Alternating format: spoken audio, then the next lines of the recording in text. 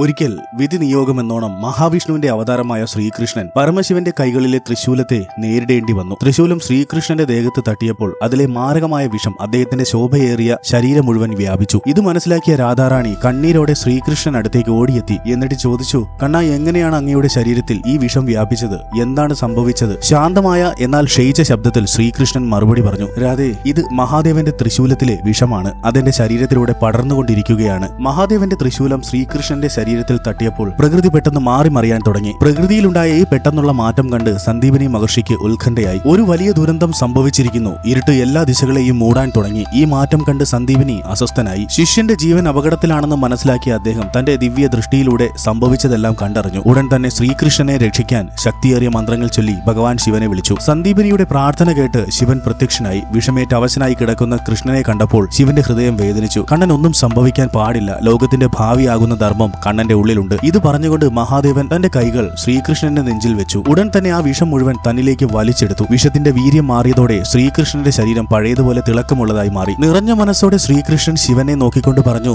അങ്ങയുടെ തൃശൂലം എന്നെ ഒന്ന് പരീക്ഷിച്ചു, പക്ഷേ അങ്ങയുടെ സ്നേഹം എന്നെ രക്ഷിച്ചു. ഈ ബന്ധം എന്നും നിലനിൽക്കും. ചെറു പുഞ്ചിരിയോടെ മഹാദേവൻ പറഞ്ഞു, കൃഷ്ണ, നീ അനശ്വരനാണ്. വിഷത്തിന് പോലും നിന്നെ കീഴടക്കാൻ കഴിയില്ല. കാരണം നീയാണ് ജീവിതത്തിന്റെ സാരം. അങ്ങനെ ആ ആപത്തൊഴിയുകയും ശിവനും കൃഷ്ണനും തമ്മിലുള്ള സൗഹൃദം കൂടുതൽ ആഴമുള്ളതാവുകയും ചെയ്തു. മഹാദേവന്റെയും ശ്രീകൃഷ്ണന്റെയും ഈ കഥ നിങ്ങൾക്ക് ഇഷ്ടമായാൽ ലൈക്ക് ആൻഡ് സബ്സ്ക്രൈബ് ചെയ്ത് കമന്റ് ബോക്സിൽ മാധവ മഹാദേവ എന്ന് ടൈപ്പ് ചെയ്യുക. ജയ് ശ്രീ രാധാകൃഷ്ണ. രാധേ രാധേ.